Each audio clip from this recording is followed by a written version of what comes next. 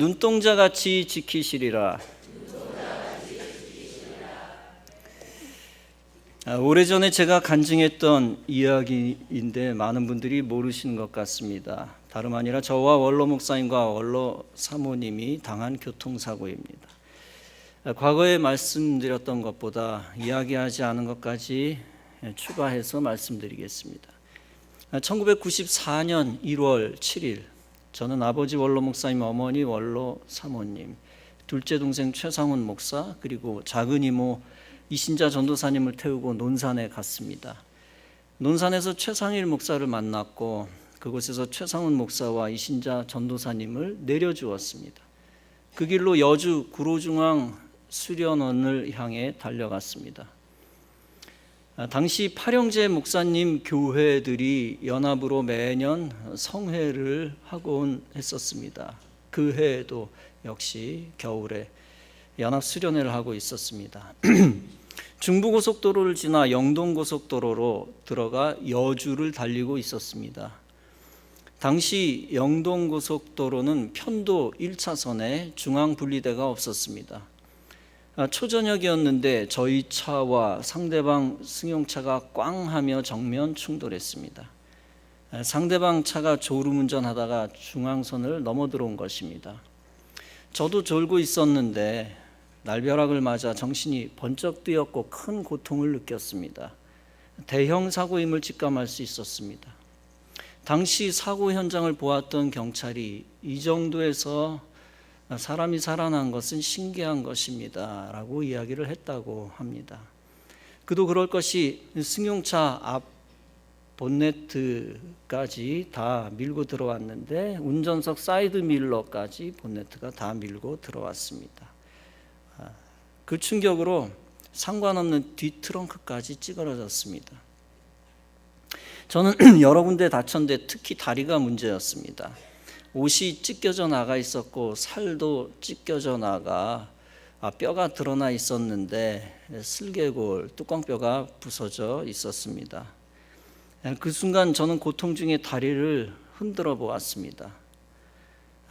다리를 두 손으로 이렇게 들고 흔들어 보았는데 딸그락 딸그락 하는 시계추가 흔들리는 것 같은 느낌을 받았습니다. 일단은 다리가 붙어 있나 떨어져 있나 확인하기 위함이었습니다. 그 순간 저는 됐다라는 안도의 한숨을 내쉬었습니다. 어찌됐건 다리가 붙어 있다는 사실만으로 그나마 다행이라 여겼습니다. 사람들이 문을 열어주었는데 일단 나가 서 있다가 이내 픽 쓰러져 버렸습니다. 저는 사람들의 도움으로 구급차를 탔고 이천 파티마 병원으로 이송되었습니다.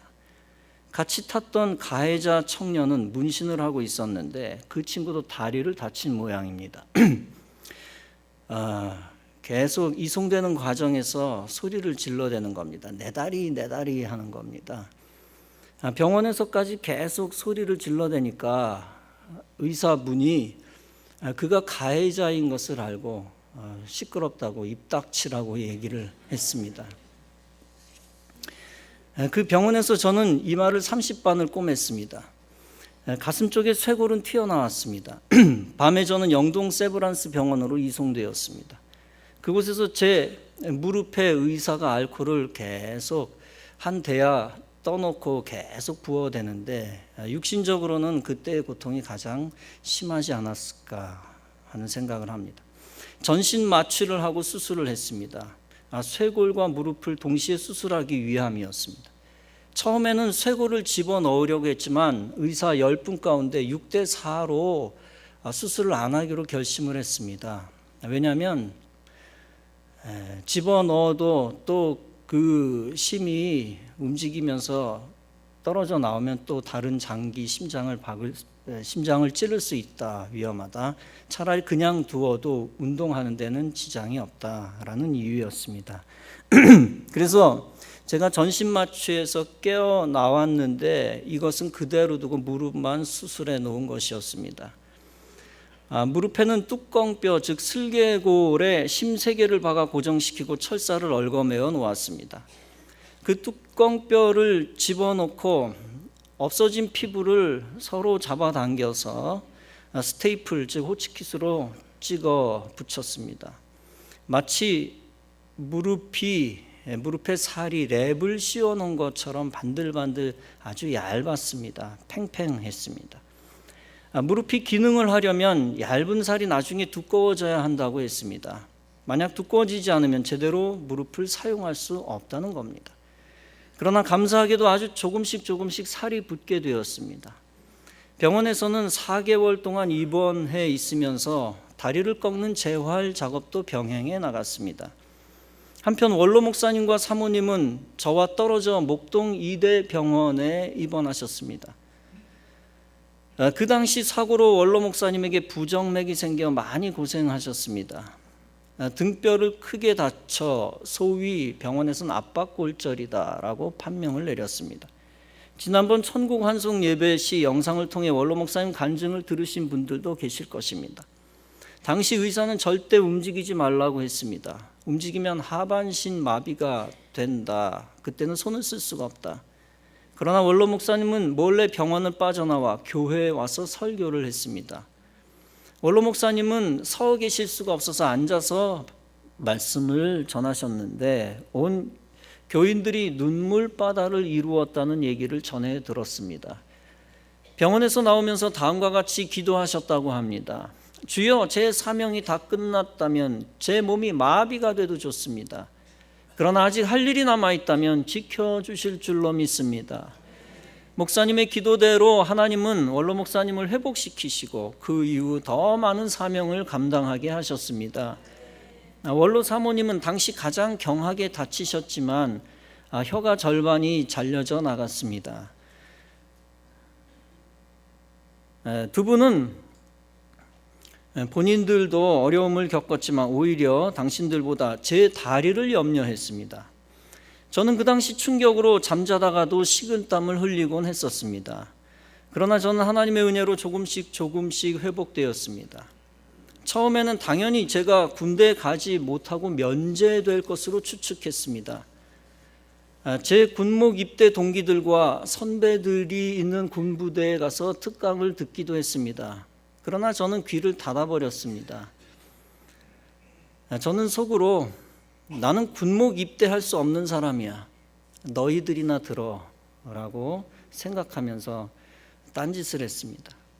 그러나 결과론을 먼저 말씀드리지만 저는 입대했고 제 동기들은 대부분 3년 군목 활동했고 저는 그들보다 길게 7년 복무를 하고 자원 제대를 했습니다. 저는 입대하기 전 하나님의 은혜로 조금씩 회복되었습니다. 철사를 끼고 입대하면 무릎이 따끔거려 도저히 군사훈련을 받을 수 없을 것 같았습니다. 그래서 군입대를 목표로 하루라도 빨리 철사를 제거하기로 했습니다. 왜냐하면 군입대하고 훈련 받는데 지장 없게 하기 위함이었습니다. 사고 난 지 3년이 지났고 많이 호전되었고 이제 입대를 5개월 앞두게 되었습니다. 드디어 1997년 12월 지금으로부터 정확히 20년 전 12월입니다. 다시 무릎살을 잘라서 열어서 슬개골을 꺼냈습니다. 심 3개를 제거하고 철사를 풀어버렸습니다. 다시 슬개골을 집어넣고 다시 스테이플로 살을 붙였습니다. 목발을 짚고 다니다가 그 다음 달 98년 1월에 목발을 버렸습니다. 감사하게도 목발을 버린 직후 2월에 제 아내를 만났습니다. 결혼하기로 마음먹고 다음 달 3월에 결혼해버렸습니다. 그리고 4월 27일 입대했습니다. 2월에 제대로 뛸 수 없었는데 2개월 지나 4월쯤 되니까 뛸 수 있었습니다. 하나님의 절묘하신 타이밍에 감사를 드립니다. 초고속으로 모든 일들을 진행을 시키시는 하나님. 군사훈련 9주, 9주, 공군훈련 3주, 총 12주 훈련이 있었는데 하나님의 은혜로 군에서 잘 뛰었습니다. 훈련 과정에서 하루는 하루 종일 체력장 테스트를 하는 시간을 가졌습니다. 64명의 신부, 군승, 목사들이 함께 체력장 테스트를 받았습니다. 그런데 제가 체력장에서 전체 2등을 하는 기염을 토했습니다. 목사 37명 중 체력장에서 제가 1등을 했습니다. 좋은 성적이었습니다. 원로 목사님이 기도 중 받은 응답, 아들이 군에서 뛰리라는 응답이 현실화되었습니다. 그때 느끼고 생각한 것이 있었습니다. 하나님께서 나를 군목으로 쓰시기를 원하시는구나. 또 한 가지 느끼고 감사한 것도 있습니다. 하나님이 나와 하나님의 자녀들을 눈동자같이 보호하시는구나 라는 것입니다. 제가 교통사고 때 머리에 피가 잔뜩 묻어 있었습니다. 그 순간 제 손이 제 눈으로 먼저 갔습니다. 본능적으로. 그 짧은 순간 피를 씻어내고 눈이 다쳐서 멀었나 안 멀었나 살펴보기 위함이었던 것 같습니다. 감사하게도 보는 데는 아무 지장이 없었습니다. 그때 느낀 것은 신체 중에 눈이 가장 중요하다는 생각을 했습니다. 모든 신체 부위가 다 중요하지만 겉에 붙어 있는 것 중에 제일 중요한 것이 눈이라는 사실입니다. 그 사실을 알았습니다. 이처럼 주의 택한 성도들도 하나님에게 있어서 눈동자와 같습니다. 본문은 말씀합니다. 여호와께서 그를 황무지에서 짐승이 부르짖는 광야에서 만나시고 호위하시고 보호하시며 자기의 눈동자같이 지키셨도다. 그가 누구입니까? 바로 택함 받은 야곱을 말합니다. 본문은 말씀합니다. 여호와의 분깃은 자기 백성이라 야곱은 그가 택하신 기업이로다. 본문 말씀은 모세의 노래입니다. 그 노래 가운데 일부인데 하나님이 택하신 사명자 야곱은 하나님의 유업이라는 것입니다. 그리고 하나님이 택하신 이스라엘 백성은 하나님의 분깃이라는 것입니다. 하나님이 택하신 사람이나 지도자나 백성이나 민족이나 나라를 하나님이 책임지신다는 것입니다. 다시 말하면 하나님이 사용하시고자 하는 사명자를 지켜내어 사용하신다는 것입니다. 본문은 말씀합니다. 여호와께서 홀로 그를 인도하셨고 그와 함께한 다른 신이 없었도다.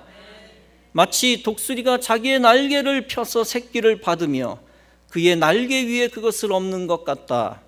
하나님의 자녀와 하나님의 백성을 위하는 분은 오직 하나님밖에 없다는 것입니다. 또한 그들을 보호하실 때 하나님의 날개로 받아 보호하신다는 것입니다. 여러분, 독수리가 새끼들을 키우는 방법을 다 잘 아실 것입니다. 독수리는 새끼들이 날 수 있도록 하기 위해 훈련시킵니다. 일부러 둥지에서 새끼들을 떨어뜨려 날게 합니다. 그런 후 주위에서 조심스럽게 살펴봅니다. 새끼들이 힘에 부쳐 떨어질 때가 있습니다. 그때 어미는 재빨리 그 강한 날개로 받쳐 결코 새끼가 해를 당하지 않게 합니다. 이런 방법을 반복함으로써 어미 독수리는 새끼를 독수리답게 강하고 튼튼하게 키웁니다. 모세는 바로 이러한 사실을 비유로 설명합니다. 하나님께서 자기 백성 이스라엘을 자기 백성답게 만드시기를 원하신다는 것입니다. 그래서 광야에서 사랑과 공의로 훈련시키며 양육시킨다는 것입니다. 우리가 때로는 광야에 홀로 버려진 느낌을 받을 때가 있습니다. 물질적, 경제적, 인적 도움이 다 끊어져 외로움을 느끼고 고통을 당합니다. 때로는 치열한 경쟁 사회 속에서 낙오된 것과 같은 느낌을 받을 때도 있습니다. 때로는 질병의 고통, 이별의 고통, 사별의 고통 속에서 살 힘을 잃어버릴 때도 있습니다. 그러나 우리 주님은 그런 상황에서 우리를 버리시지 않으시고 떠나신 적이 없습니다. 그곳에서 우리를 훈련시키시는 것입니다. 우리를 더 성숙하고 강하게 만들어 사용하시기 위함입니다. 그곳에서 우리를 만나주시고 다시 일어설 힘과 용기를 주시는 것입니다. 힘을 잃어버리고 낙심한 우리에게 다시 새 힘을 주셔서 새 힘을 얻게 하시는 것입니다. 이처럼 주님은 우리가 택함 받은 자답게 사명을 위해 일하게 하시는 것입니다. 택함 받은 자들은 반드시 주의 도움을 받아 일어서 사명을 감당해야 합니다. 하나님이 보호하시면 결코 의미 없이 상하거나 의미 없이 죽지 않습니다. 그러므로 우리는 황무지 같은 상황 속에서도 두려워할 필요가 없습니다. 시편 기자는 고백합니다. 내가 사망의 음침한 골짜기로 다닐지라도 해 받음을 두려워하지 않을 것은 주께서 나와 함께 하심이라. 하나님이 여러분 한 사람 한 사람을 환난 날에서 보호해 주실 것입니다. 여러분을 하나님의 눈동자처럼 여기시고 보호해 주실 것입니다. 눈동자는 신체 중 가장 중요하면서도 가장 약한 부위, 다치기 쉽습니다. 약하기 때문에 하나님이 더욱 아끼시고 조심스럽게 보호하십니다. 특별히 하나님의 날개로 받쳐주시는 은혜가 중요합니다. 하나님에게 실제 날개가 달렸다는 뜻이 아니라 비유적인 말씀입니다. 그 보호하시는 능력이 마치 날개와 전혀 다를 것이 없습니다. 날개로 추락을 막아주시기도 하지만 환난을 막아 덮어주시기도 합니다. 시편 57편에서 다윗은 말씀합니다. 하나님이여 내게 은혜를 베푸소서. 내 영혼이 주께로 피하되 주의 날개 그늘 아래서 이 재앙이 지나기까지 피하리이다. 다윗은 동굴 속에서 죽음의 위협 속에서 벌벌 떨어야 했습니다. 그러나 그는 동굴 자체를 의지하지 않고 하나님의 날개를 의지했습니다. 그래서 주님의 날개로 재앙을 이길 것을 믿었습니다. 그 믿음대로 재앙이 지나가는 것을 경험하게 됩니다. 재앙을 넘긴 뒤에는 그는 이스라엘의 왕이 되었고 하나님 계획하신 사명을 감당하게 됩니다. 여러분, 여기서 중요한 것이 있습니다. 인생에 있어서 재앙이 수차례 지나갑니다. 목숨이 위태한 재앙이 있고 인간관계가 파괴될 뻔한 재앙이 있습니다. 모든 재산을 잃어버릴 수 있는 재앙이 있고 권세와 힘을 잃을 수 있는 재앙이 있습니다.